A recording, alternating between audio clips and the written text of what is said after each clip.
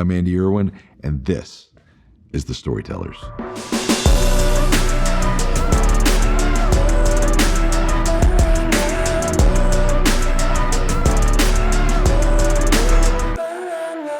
Coming up on this edition of the Storytellers, I'm really excited to talk to this filmmaker. This guy's a storyteller that I remember 3 years before we did our first feature, he released his first feature, and it was one that just set the bar so high. He's been the artist kind of to chase in this space for a long time. He pushes the limits and does things way out of the box. And he has had a breakout year. You know, it's been a long time coming and has had his moment this year. You know him from films like Bella, and Little Boy, and most recently, Sound of Freedom was his breakout hit. Would you welcome my good friend, Alejandro Monteverde? Alejandro, welcome to the show, man. Glad to have you on the Storytellers, bro. Yeah, thank you, man. It's an honor. As filmmakers, we're kind of we're very collaborative, but we're also highly competitive. So we were comparing like setups and stuff, and you're like, "Ooh, what camera are you using?" And you're like, you started cleaning up the background. It was great. No, I mean, I like your whole system right now. You know, you have the little mood light in the back, a practical going on. You know, it feels very moody. Over here, it feels just like a soap opera. Over there, it looks more like cinematic. Here, my side looks more like a soap opera movie.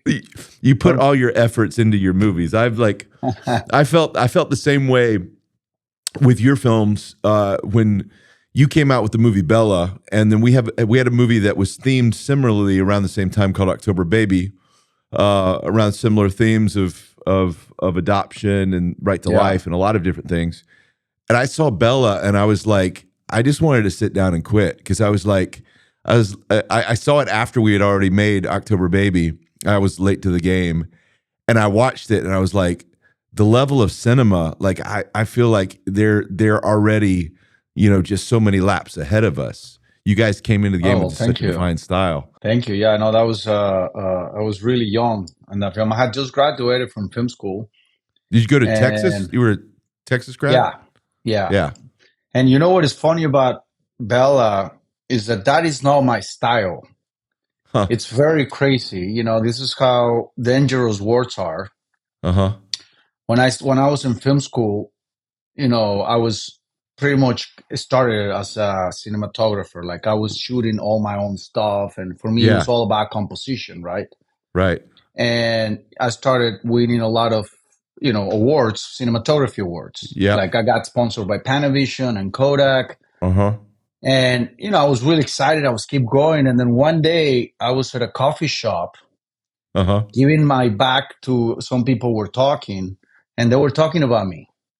And they didn't know I was listening. And I just put my ear up. And obviously they were not fans. And they say something that is stuck in my head. They're like, you know, he's more of a cinematographer. Oh, you know, it's all about the composition, and you know, they were just pretty much, they were film students. Yeah. And I took it. You should never ever take a criticism, right? But I was really young. I was like 22, and I took it to heart, and that's when I decided. I said, my next film, I'm going to do it handheld with long lenses, and I'm not going to compose. So it was a rebel to a comment of a person that I don't know. And I ended up making my life so difficult because it was handheld, but I was using very long lenses. So my depth of field and my focus was like really, really tight. So it was a very difficult film for no reason. And then after that, I said, I'm going back to what you know, to what I do. Yeah. That's fantastic, man. I love, you know, I think I'm always fascinated by just the filmmaker's journey, because I think what I've found is that as filmmakers, you know, we are always convinced that somehow we're the one that cheated the system and didn't do it the right way, and everybody else has done it the right way, finding their voice. And then you talk to somebody else, and there's really no orthodox way to becoming a storyteller.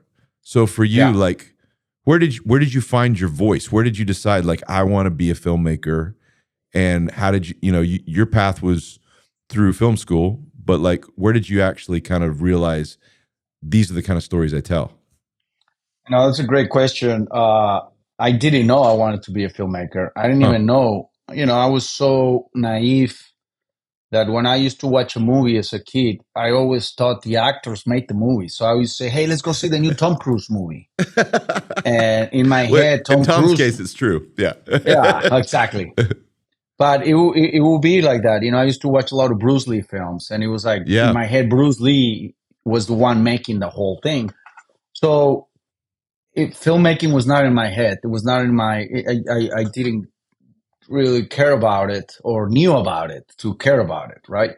Yeah. So when it was time to decide what you want to do with your life, I think I was like 17 years old, and the big question comes in is from your parents. It was like, okay, what are you gonna do besides Uh-huh. partying too much?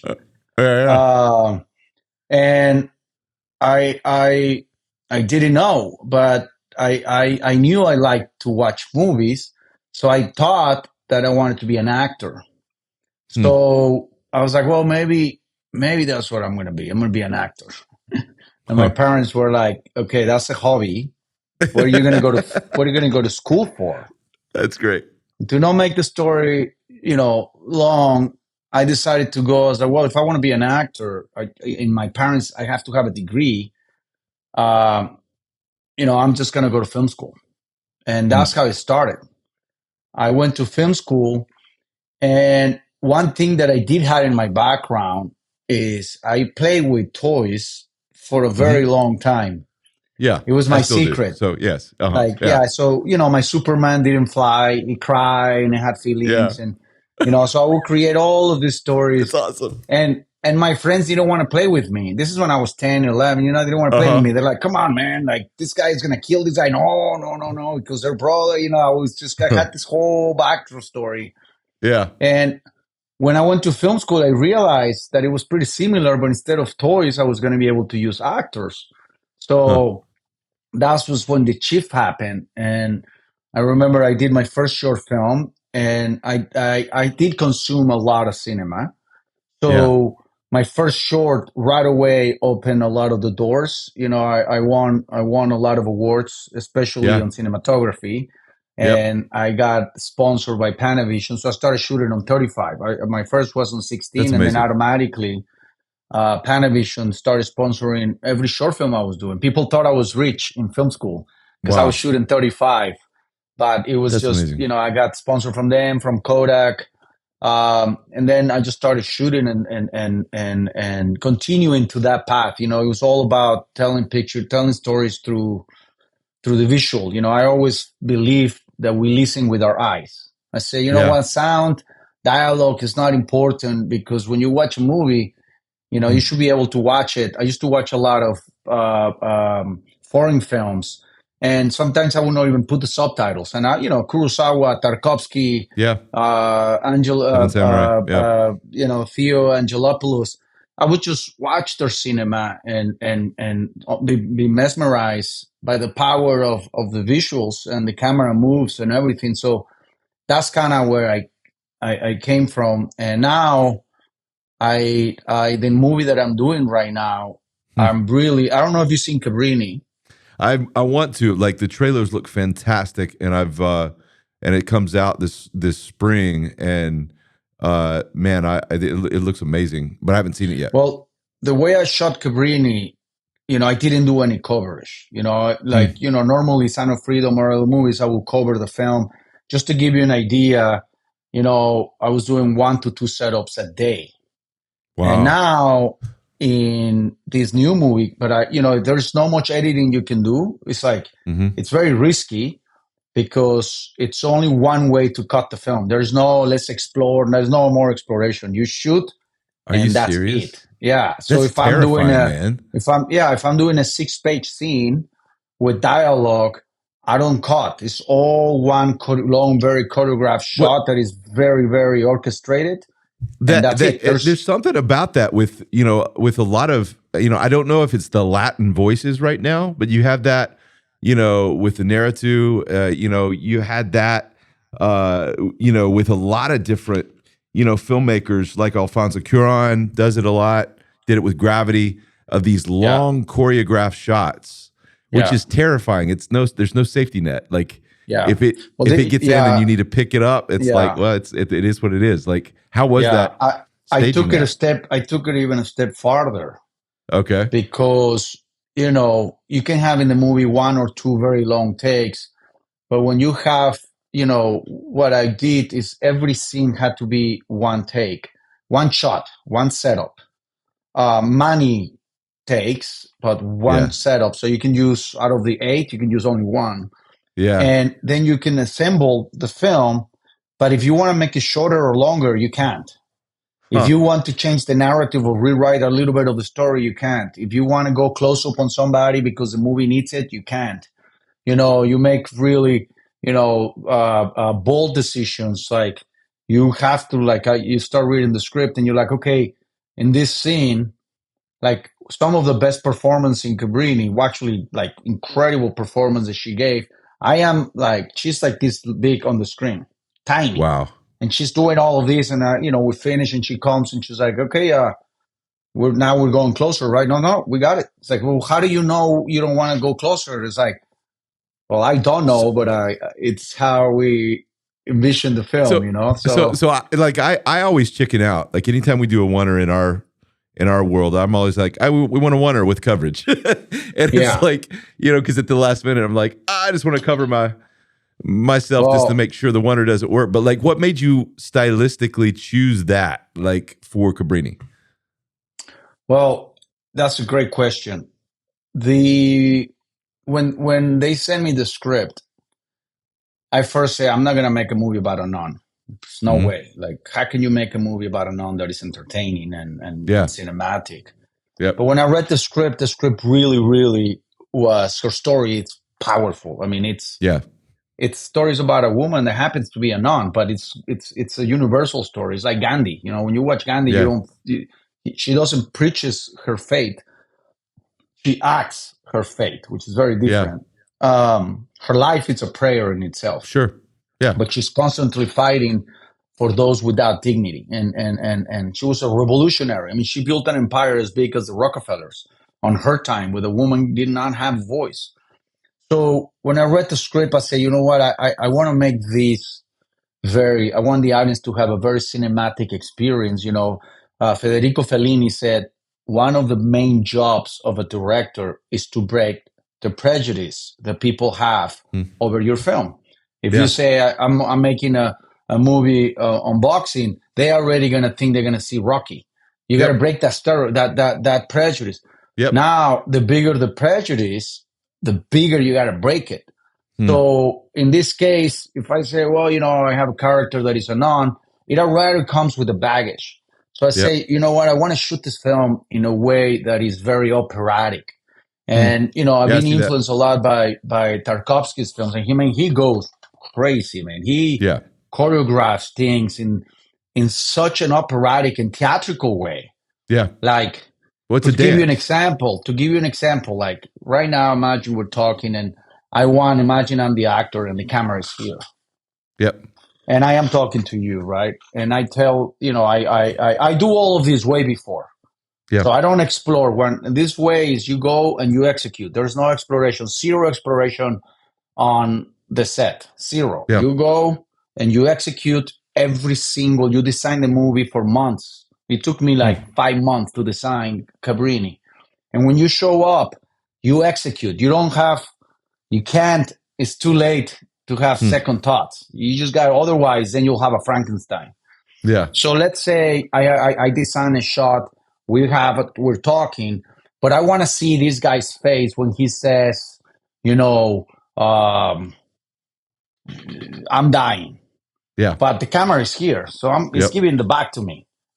So what Tarkovsky would do, which is really thing, is, the actor goes, like, okay, I want you to naturally turn to camera and tell him that you're dying. Yep. Now, an actor can come to you and say, well, what's my motive?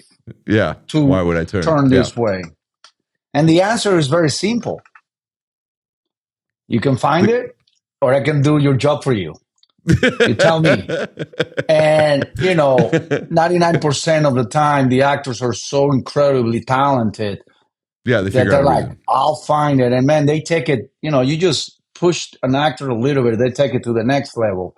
And they find a way and they turn, and all of a sudden you have his close up, Yep. and then he gets up and then it gets off camera and says maybe a whole line off camera, the absence of a character on the camera, on the frame, could be very powerful if it's intended like that. So Yeah. a lot of the times, I would design a shot and a full line, like maybe a whole, like the actor's full line is off camera, and then he pops back, and then we finish, and then it's like, okay, we're moving on, and the actors are, well, that line I was off camera. Yep. It's like, yeah, it was intended to be off camera. How do you Yep. know? And it's, at that time I didn't. It's like, okay, I'm taking a big risk here because I Yeah. didn't know if They it was felt going right. to work. So I can't Uh-huh. wait for you to see the film, but it ended up I can't wait to working. see So it either. now my new movie, I'm taking it to the next level now.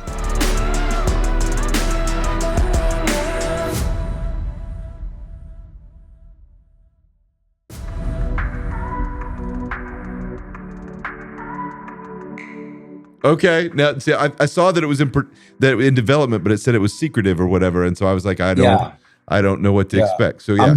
doing a scene that it goes from day to night to inside to like to extreme close up to like the characters this small and on the frame. And you're gonna say, well, how are you gonna do that? How can you go from a character to here to then be this far away without an Uh-huh. edit? How do you go from day to night without an edit? I'm Huh. literally controlling, you know, the environment and the locations and the Yep. so it is I'm not going to give the secrets away, but I'm not cutting and I'm not cheating on anything. Huh. It's all one take. So obviously you use double Yeah. actors to kind of Sure. end up on the far. You use all these different ways, but it's also very beautiful if you can when you achieve something. The greater the challenge, the greater the glory. There's something magical about it. So Well, and I've always loved how you have, uh, I think we all started as people of faith. We all kind of started in a similar time. You were a few years ahead of us before my brother and I started moved out of doing music videos into features. But I've always loved how you've pushed the limits of cinema with stories of faith and redemption. Uh, what is it that attracts you to a story that's like, that's something I want to invest my life in? And why has faith kind of continually been a part of the stories that you kind of like to explore? Well, I always say there's two kinds of films in my life: the ones I want to make and the ones that I'm called to make. Huh. And until today, I haven't done one that I want to make. Huh. So the rest, all the movies that I've done so far, they're callings. I didn't look for the movie. The movie kind of found me. Huh. And then I feel this conviction that I have to tell that story. So, and then I have the movies that I develop and I'm like, oh, I want to make this movie. And those ones I haven't made one yet. Huh. Um, Why is so, that? and I'm okay if I don't make it because I feel the ones that I'm called, I feel that they have more, let me tell you a little bit of how I ended up on giving priority to the films that call me. When I was in film school, only wanted to make movies because I love cinema and I Hmm. love just making movies and I just wanted, the accolades and the awards and, the to inflate my ego as much as Yeah. possible. I wanted people to applaud me and tell me, "Oh, you're a great filmmaker." Like I just wanted Yeah. that, right? And one movie changed the direction of my purpose as a filmmaker. It was Schindler's List. I went to see it Huh. by myself in the movie theaters. And I remember when I left the theater, I was walking home and I remember thinking to myself, I say, that movie changed me. Huh. That I want to make movies that begin when the movie ends. When the movie Wow. ends, really the movie begins. It leaves Yep. you in a state of reflection. I say, Yep. that's the cinema I want to make. And that's when I shifted and to the point that I had a couple of short films that I was working on that I literally stopped and abandoned because Hmm. it were not in line to that new path that I wanted to follow. Is that to make movies that have profound meaning? And I did never want to make a movie that imposes a theme. I like to make a movie that proposes a theme. I don't have I the like that. answers, but I have the questions. So Hmm. can I make movies that proposes questions? And I was very Hmm. careful with Bella to do that. How Yeah, can you I did that well. propose a question? So, and I did the same thing with Little Boy because, in Little Boy, it took me a long time because I co-wrote the screenplay with, my good friend, but we were saying, okay, let's see how long it's going to take us to make a movie that we Yeah. both agree, two points of Yeah. view, the point of Yep. view, the will of man versus the will of God. And how can we balance that out? And it took Yeah. us 3 years. It took us a long time. Um, so same thing, I have those movies, and then I have the movies that I'm very, very passionate about because I love cinema. That maybe not are not as may not have these existential questions at the end. It doesn't Yeah. leave you in a state of reflection. It's just Yep. films that I'm very attracted that I've readden throughout the years. That I love films about music. So and I have them, and I'm gonna make them. So, Yeah. but so a lot of times I start pushing into one path, and then a door opens, and it's like Cabrini. I didn't look for Cabrini. I Huh. was working already in one of the films that I wanted to make, Yeah. and all of a sudden I get this screenplay, and it just felt like same thing with Sound of Freedom. I never Yeah. woke up and say I want to make a movie about child trafficking. Never. It was the Yeah. opposite. I was working in another film, and boom, I saw a news report, and I woke up the next day and I said I have to do something about that, and Wow. that's how it started. So same thing with the movie I'm working in right now. Yeah. It came to me, and next thing I try to like say no to the film, but the more Yeah. I say no, the more ideas will come to me into how I could do the movie Well, amazingly. there is something about being a filmmaker that it's an obsession. You get that splinter in your mind of a problem to solve, and you can't let go of it until you fully explore it and kind of Yeah,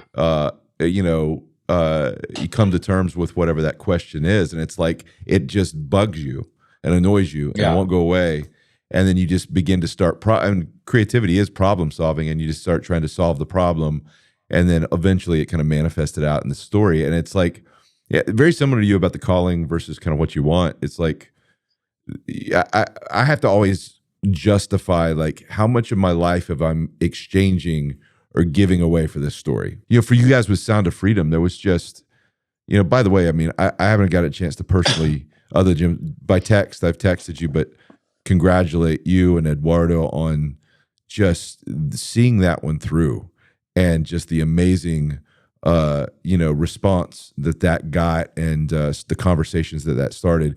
That started for you yeah. guys like 5 or 6 years ago, right? Yeah, that news report that I told you, I saw it in 2015. That's So, insane. Almost that's 10 years ago. we started writing in 2000, at the end of 2015, we started writing the project. And yes, it was a project that I was told beforehand by my colleagues to not do. They're like, stay Don't touch away it. from that. Don't touch that. It's not going to sell. It's not marketable. And no one is going to want to fund it either. So, but the conviction was stronger than the fears, and I kept going. And then all of a sudden, things started coming together. But it was a very difficult film to shoot. And Yeah. then obviously, as you know, the story, was a very difficult film to find distribution. I mean, the film was I was orphaned for almost 3 years. I shot another movie, the movie Yeah. I'm telling you, Cabrini. I shot it. I finished it. We were already talking with distribution deals because that one, Yeah. it was had a little bit. Nothing is easy, but there was more doors on the table for distribution. And while we were negotiating distribution for Cabrini, they called me and they tell me, "Hey, we found distribution for Sound of Freedom. And I was like, really? Who? And then they're like, Angel Studios. And I was like, oh, Who? yeah. I was like, I've never heard of them. But Wow. I like him Yeah. already because they want to distribute my movie. So I'm like, I love him before I met him. And then when I met him, I saw three brothers with great minds, with like, a desire to distribute this film because of how invested they were with the subject matter, but also genuinely they believed in the film. So I automatically, it's almost, we became friends literally the first time I met him in person. It was like, it felt like we were friends that hadn't been introduced before. So we met, and right away, we had an incredible rapport. And then when I heard what they wanted to do, when they were like, hey, we're thinking in releasing it in July 4th, I was when like, I heard that date, whoa. When I heard that date, I was like, that's bold. That's looking back, hindsight, it's incredibly genius. You have a movie called Sound of Freedom that you're going up against Mission Impossible, and you're coming out 4th of July, Independence Day. And it's like that, in hindsight, that's genius. But when I heard it, I was like, that's either genius or that's insane. Because that's really, really, that's a bold move. How did you feel about it when I put it on the insane. It's on the insane. And it's insane that works. I think genius is always just insane that works. But one thing that was interesting, that my brother was no longer on Earth. He left early. He used to tell me, when they call you crazy, you're going on the right path, right? And he even went as far, the world belongs to those that were called crazy. And if you think about it, look back, everybody that attempted something is like, oh, you're crazy. And then they're not crazy anymore after the fact, right? Yeah. So when I met with Neil, who's one of the brothers, Neil Harmon, we were having dinner, and he told me, he's like, hey, I'm thinking to release the film in July 4th. And my first thing that came to my head was, that is crazy. And the second thing that came to my head was my brother. Wow. And right away, I was like, then it felt I had peace, because I thought crazy, and then I thought of my brother. And I was like, man, that's crazy, but I love it.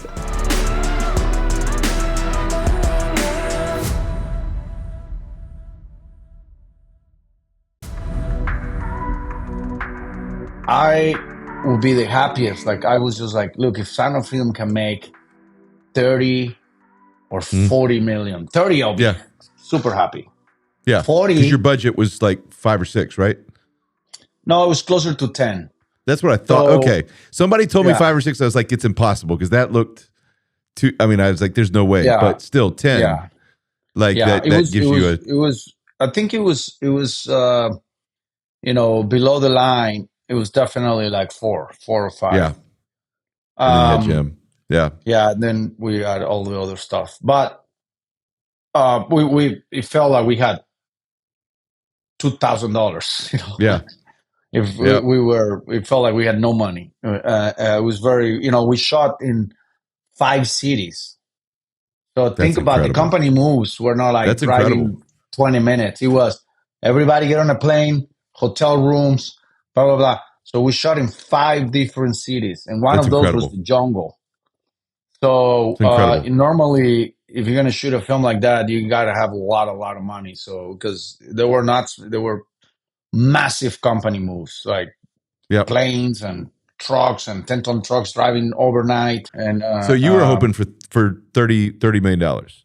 30, I'll be super happy. Literally, I'll be like, man, it's like, so when we did that, I think pretty close. I think the first weekend we were Yeah. like close to Yep. 20. I I was mean, like, what? you guys came into it with like close to $10 million in pre-sales. I mean, we were talking like, because we follow each, as people that are of, faith and as filmmakers, we follow each other's work from a distance, just trying to figure out like, how to judge what's working and that type of thing. And we were looking at your pre-sales, and we like all of us, we're talking at Kingdom and at Lionsgate, like their pre-sales are insane. And we had just Yeah. come out, earlier in the year with Jesus Revolution, and our pre-sales were extremely healthy. But like 10 million in pre-sales was just like, we're like, there's a surge of a wave coming here that could be significant. None of us saw, several $100 million worldwide coming for you guys. Yeah. But Yeah. I mean, we knew that it was a good sign when we saw your pre-sales. We're like, this is something else. But we'd had a similar experience on I Can Only Imagine. When I Can Only Imagine came out, we were, predicted by the trades to do 2 to 4 million opening weekend, and then we did 17, and it was an A+ cinema score. So we were doing the math in our head. We're like, it's a 5x multiple, and we ended up doing 86 million.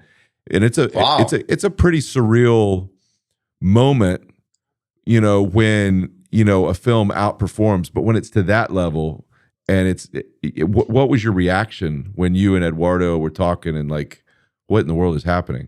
Well, it was a mix. Well, first, I mean, obviously was extremely, I was in a state of gratitude. But then after then the attacks were brutal. So you go from a state of gratitude to, whoa, what was happening here, Yeah. and it was just all these attacks. So my first instinct when because the attacks came in, I think a week after.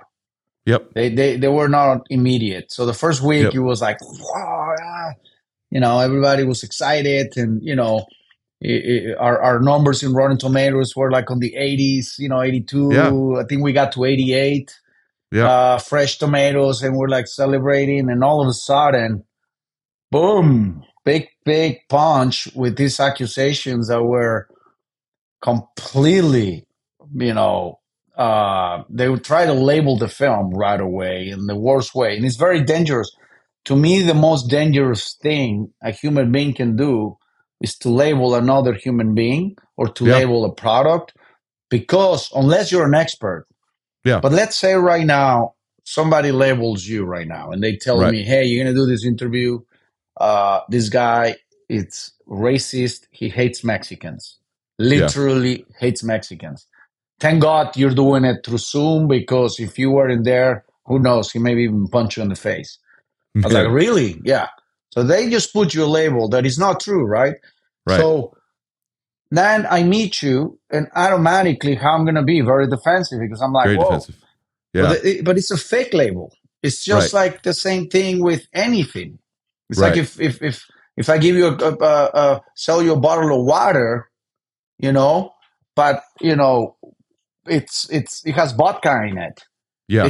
It could be damaging, right? So this is what happened here. They started labeling the film without watching the movie. So my reaction first was to hide. I just went into hiding. And I didn't do any interviews, nothing. I was like, I don't want to play that game. You know what? I'm just going to let the wave ride. And I wasn't giving interviews. I was just literally in a poetic way in hiding. And around 2 weeks, I started getting phone calls from the people that worked on the film. And they were like, Alejandro, you have to come out for us, because the people that work on the film, what many people don't understand is, a movie, it's made, the director, but you have an entire team behind the writer, you have the cinematographer, you have the editor, you have the composer, and all these people are voices, they're authors, they're artists. And they were part of this film, and they felt they were being labeled too. So I never saw it like that. So I started getting calls by different people on my team, like my editor, my composer, actors that were on the film. They're like, hey man, it's like they're saying this movie is conspiracy, or it's a movie that it's only for the extreme right, and da da da. It's like, you got to come out and clear our names. And that, because I don't care, I'm used to people labeling me. Sure. But in this case, they were labeling my friends too. So that's when I pick up the phone and I actually call Mel and I say, hey, I'm in trouble. Can you recommend me a PR agent? And he did. And I called and I was able to find a great guy in there. And then he started putting me out. You know, my first interview was with the LA Times. And then I give my interview in there and I just say, hey, I'm going to tell you nothing but the truth. The motive of this film was very simple. It was to make a movie about child trafficking because I didn't even think it existed. I didn't believe. I was one of the people that didn't even believe it was happening. And I wanted to make a movie with a very simple motive to create a social dialogue about a very important subject matter. It's that simple. I don't know anything about these groups that you're mentioning. I actually very interested because by that point, we already had over, 15 million people have seen the film. I said, is these groups that you're talking about, are they 15 million people? Right. So, so then, there was a lot of that. And, little by little, the audience were the ones that came out and defended the film because they were watching the film and they were saying, this doesn't match the accusations or the attacks, especially when they say that the movie was funded by conspiracy groups. And that's when I started calling people out. Yeah, and that's when when I saw that, I laughed because I was like, I know, Alejandro and Eduardo as filmmakers, and I know the reputation. I know the integrity that you have, the reputation for approaching cinema and how you tell stories. And I was like, that's absolutely, incorrect about anything that I know about these guys. Like they're solid. Well, and also, if this journalist, there's everything. There were good journalists that came out and did their job, but there were some sloppy journalists. And when I mean some sloppy, clickbait, is they did not even do their research. If they would have just taken their time and say, when did they wrote this movie? Oh, 2016. Oh, okay. Would these groups existed at that time? No. All right. No. Number two, just look at the credits at the end. The people that funded this film, it's in the credits. They say, and they're not little names. They are one of the highest profile families. It's like saying the Rockefellers. It's like I have names of that dimension in the movie. With that, like, what do you think it was that triggered the backlash the way it was? Was it jealousy, you think, in the film system that you guys kind of broke the model and felt like you guys were innovating in a way that went around maybe some of the gatekeepers, and there was jealousy there? Or do you think it was just somebody trying to do a sensationalist kind of story to try to kind of, break the fairy tale? What do you think drove all that criticism? Because I didn't understand it. I think it's a mix of a little bit of everything. As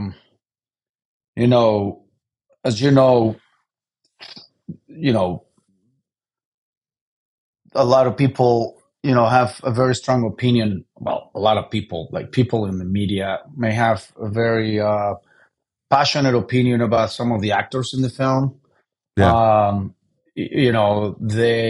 was a couple screenings that they did. It's like, this is what I tell people is like, look, if you create a phone, and somebody buys the phone, let's say from any political party, let's say Biden buys an iPhone, doesn't make the iPhone doesn't make it any particular party because Biden bought the iPhone. Right.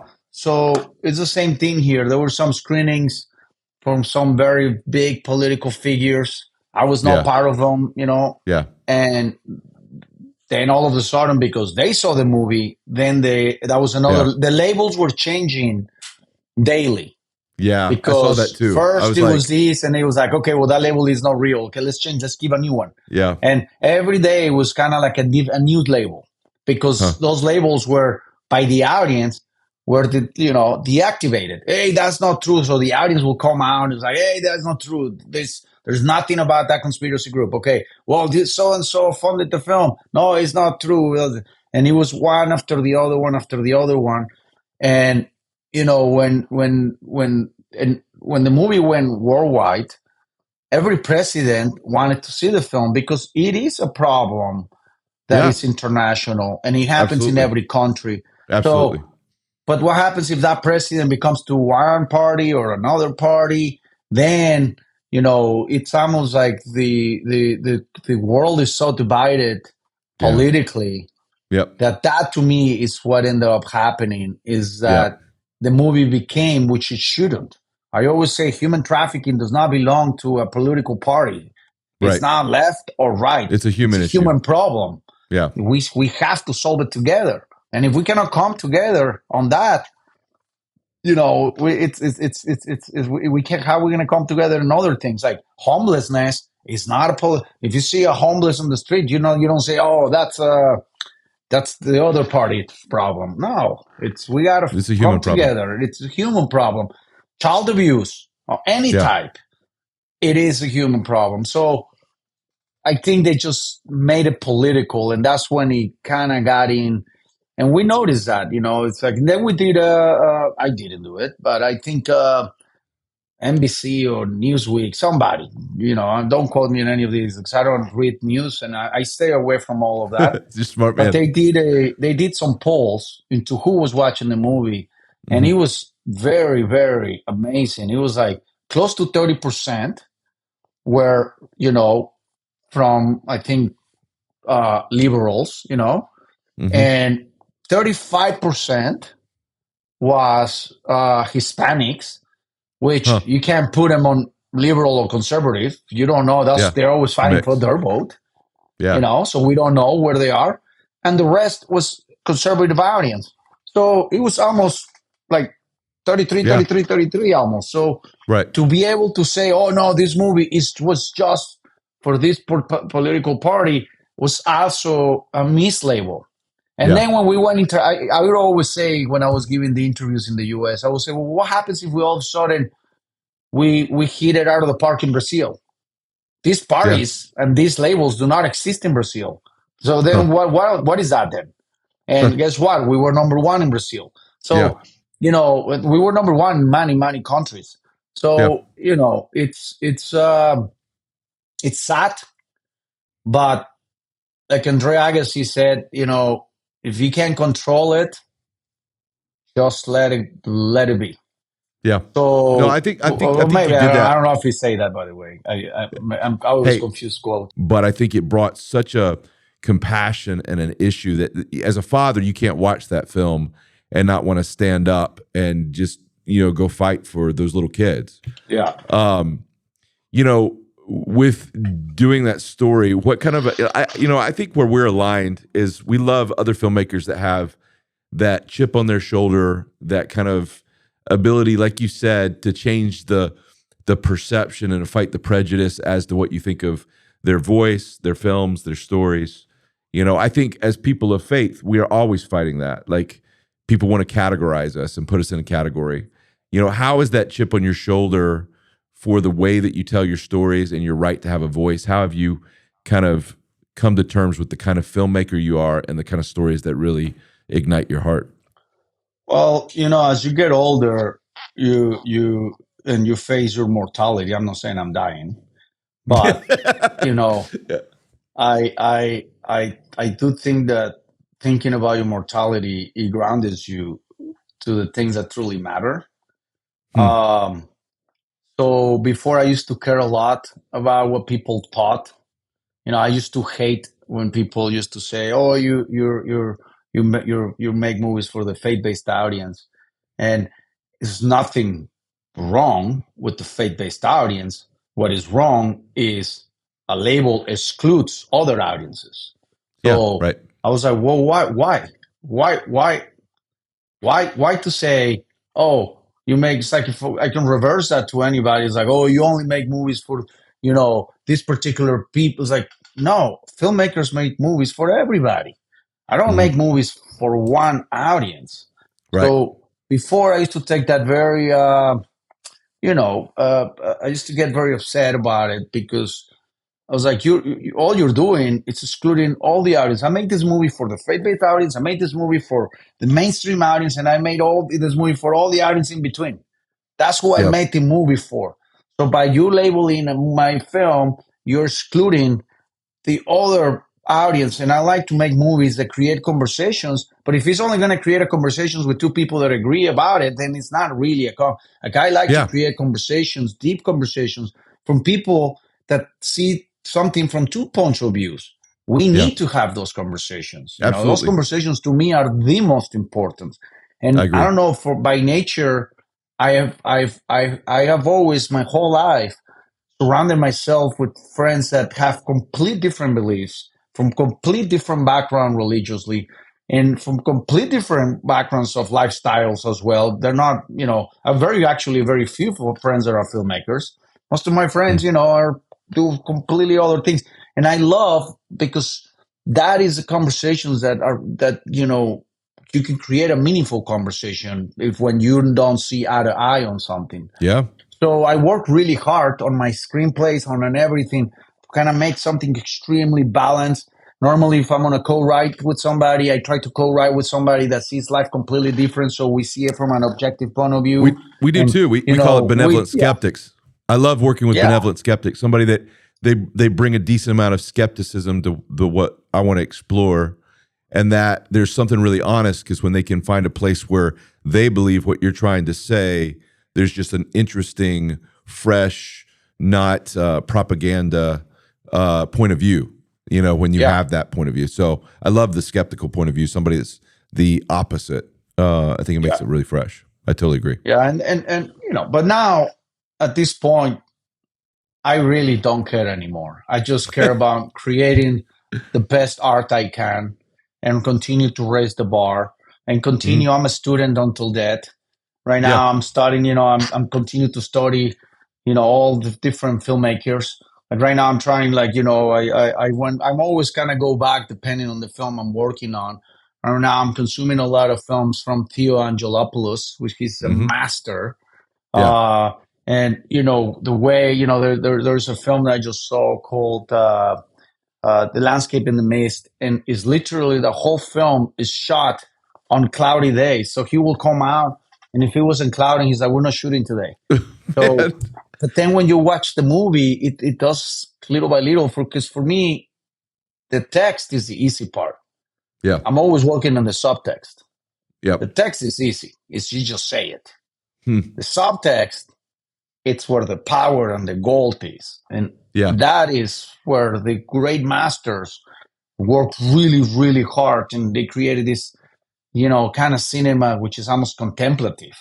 And, I'm always starting and I was like, okay, what can I do in the next film? And now I don't care anymore with the labels. Before they used to affect me, but at the end, you're getting closer, you're facing more into what really matters in life. And for me, what matters is, hey, at the end, let the movie speak for itself. And guess what? The people that put in the labels and myself one day are going to be dead.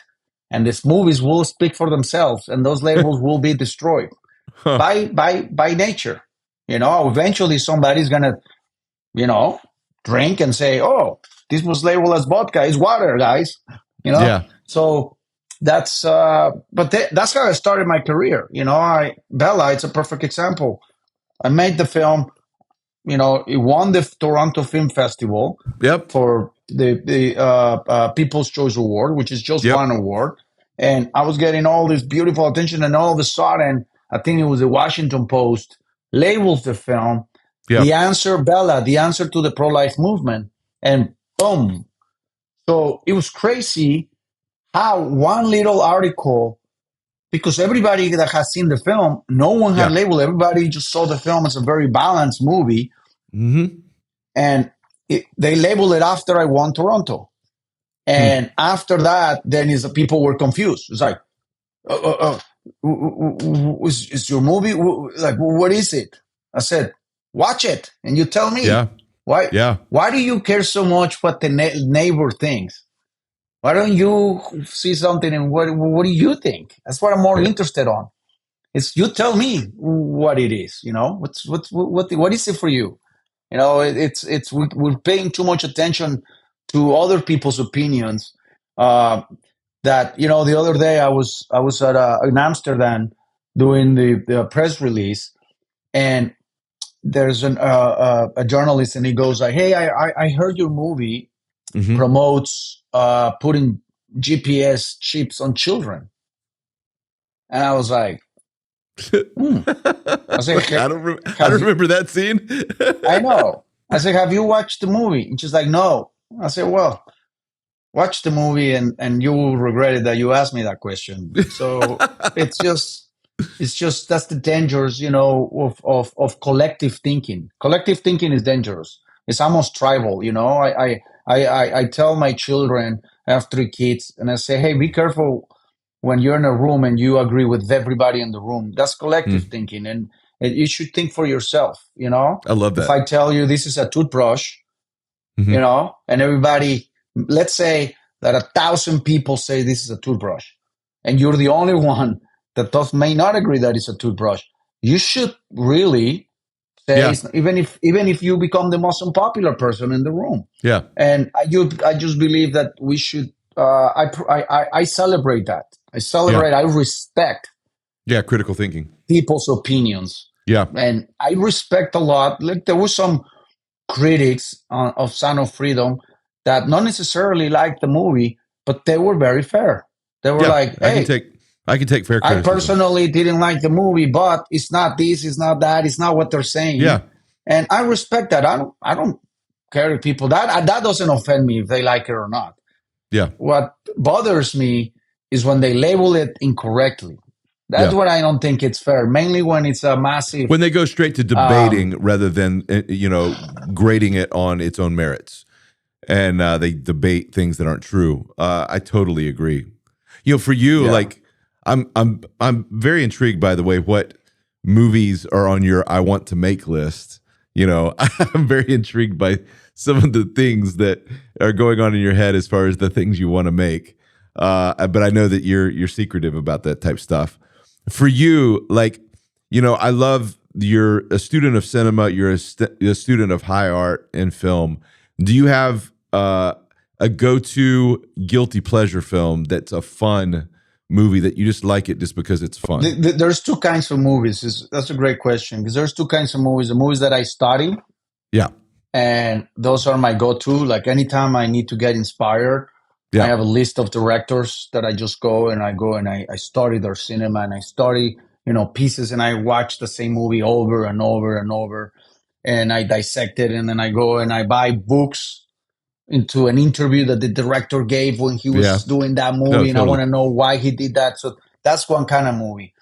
And then the movies that I just like to really just enjoy and sit Yeah. down, and it's I like I like, well, if I'm gonna do that, I love stand up comedy, even though it's not movies, Yeah. but that's what I like, and I like to watch a lot of documentaries. Hmm. I love documentaries, Yep. um, but just a movie just to kind of disconnect, you know. I it just once in a while one comes up, and I watch it, and I was like, oh, I really enjoyed that film, um, but just it's hard for me to enjoy films because my head just automatically goes into analyzing the film. I love it. Um, so documentaries I don't analyze. I digest Just them. enjoy. And same thing with stand up comedy. It's just kind of good just to kind of I love it. relieve. But yeah, I'm not there yet. I'm still a student. I feel when I graduate, then I'll be able. I'm still like everything I watch, I analyze, and I learn a little bit from.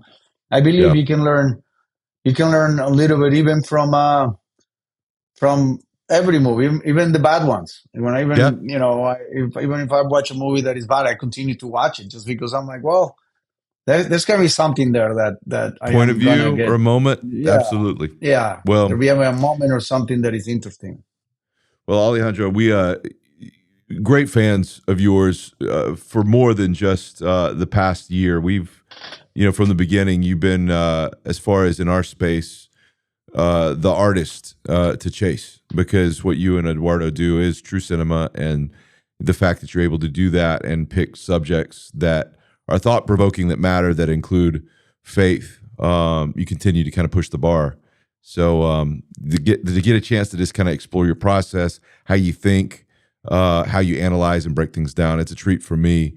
So from everybody here at Kingdom, can't wait to see what's next. Look forward to looking and watching Cabrini and try to figure out how you did all the staging and the shots, and looking forward to what's next. But great respect for you. I can't wait for you to see Cabrini. Yep. So whenever there's a screening, we'd love to. And then maybe next time I interview you. Let's do it. We'll do a reverse. We'll do a reverse take on these. I would love that. You name the time and we'll do it, because I love to. I just love to exchange thought, and you're a filmmaker to respect, and I can't wait to continue the conversation. Yeah, so and I would love to know. I will actually. What we're very interested is we'll watch this, and I'll ask you the exact same questions you asked me. To get to see your journey and your process as well. And I do feel as every movie, it's a miracle, because so many things need to come together, and it's like, it is in many ways, it's a type of torture that we love. It's the torture that we kind of learn how to enjoy. But I respect every filmmaker, and to be interviewed by one, it's an honor. So thank you for having me here. And obviously I'm gonna up my lighting after this interview. I gotta figure out and maybe get the the black magic you come back camera, in and I'm gonna see nice you got a 4K coming through the window, and a little bit of fog and mist. It'd be great. I'm gonna call my cinematographer too, say, hey, set me up here. You have your computer on a dolly that keeps kind of coming in and out. Yeah, I love it. Yeah. Well, I appreciate you, my friend. Thanks for being part of the Storytellers. You're a great one that we admire. Thank you. Likewise, brother.